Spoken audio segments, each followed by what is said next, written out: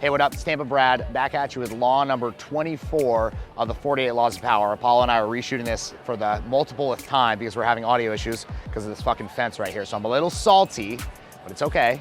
It's not Apollo's fault. He's doing what's best for me. Thank you, Apollo. I appreciate it. He's the man. So law number 24 is play the perfect courtier.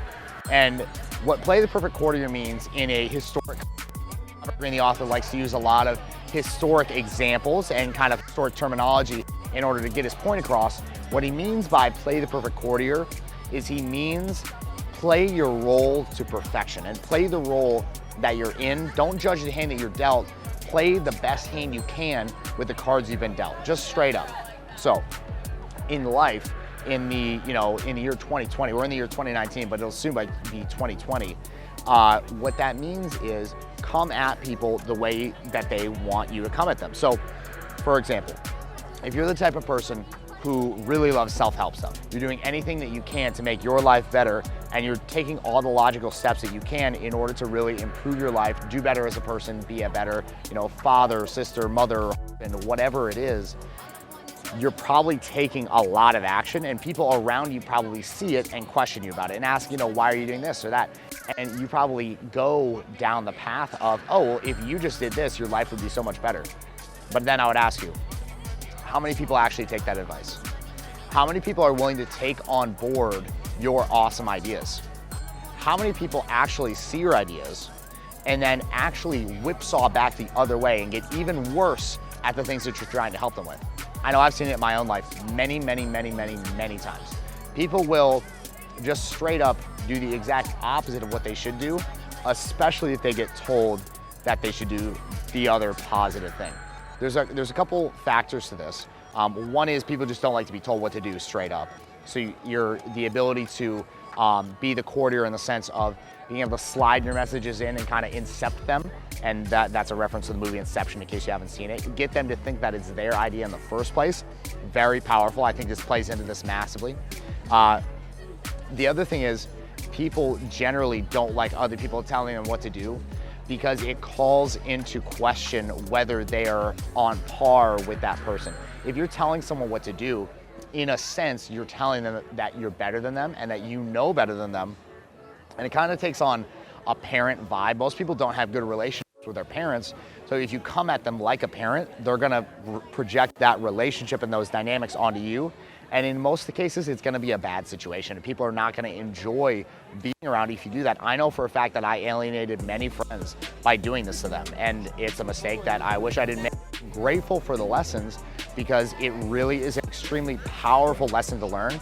Once you pick up on the fact that if you come at people in the way that they want you to come at them, meet them where they are, don't expect them to meet you where you are, meet them where they are, be empathetic, they will be much more receptive to your ideas and they'll actually do the things that you positively want them to do to help themselves. If you can potentially influence, say, your dad or your mom to do something for their health, get them to think that it's their idea and they actually do it, doesn't that feel a lot better to you than telling them and getting on the soapbox and being able to say, I told you so? Wouldn't you rather have them do the thing than be able to say, no? I think for a lot of you, on the other end of it, for you in particular, I think that it's much more powerful to be able to actually say, oh, in your mind, because you don't want to necessarily bring it up once you understand this, oh, I got them to make this change versus, oh, I always told them to make this change and now they're dead because they always smoked and now I can't ever talk to them again. So super important to understand that distinction, the distinction of getting them to do it versus being able to say, I told you so. It's way more fulfilling to actually have them do the thing that's good for them. So we'll get into some examples from the chapter. What playing the perfect courtier is, as Robert Greene describes it, is coming at, a lot of times it was about advisors being able to give advice to the king in a way that didn't make the king feel lesser than them. One really awesome example that he gave is Louis XIV. When he was expanding Versailles, he would do a bunch of he basically tested a lot of different architects by giving them minor projects to work on around Versailles and just see how they did, how he interacted with them, and see if he wanted to use them for some major expansions he wanted to do at Versailles. So there's one architect in particular, he has a very French name that I can't remember, but what he did was every time that Louis XIV would give him an assignment, he would make a small mistake intentionally, especially in the garden, because that's his expertise. He didn't do a lot of landscape stuff.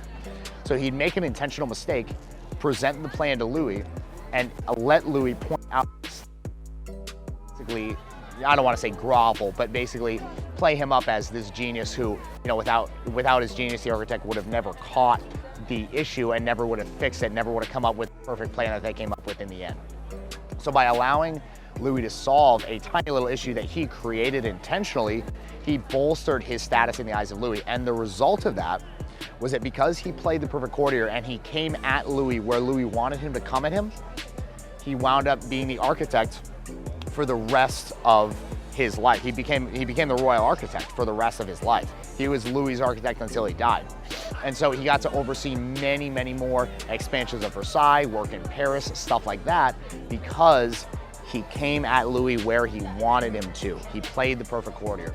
Another great example, and I guess this may be more of an anecdote than an example, but in Chinese histories, there would always be histories of strange occurrences, and there would be earthquakes, tsunamis, floods, things of that nature. But there would very so often, there would be instances of things like geese flying backwards or three-headed monsters. And what that was indicative of is that was actually the historians telling the Chinese emperor that he was in a subtle way. They couldn't tell him, hey, you're fucking up, because he was seen as a godlike figure.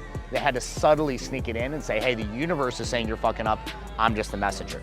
So by doing that, they were able to write the course for the Chinese emperor when he was doing things that maybe weren't in the best interest of the empire.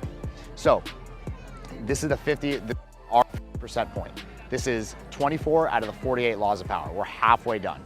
I would highly encourage you, if you have not already, subscribe to the freaking channel. If you're not subscribed, you're not gonna see the other 24. You gotta also hit the bell to see the other 24. We're running out of battery on our mics, so I'm gonna wrap it here. I hope you enjoyed this. I really look forward to seeing you in the next 24 of these videos. I will see you very soon. Thank you for watching. Peace.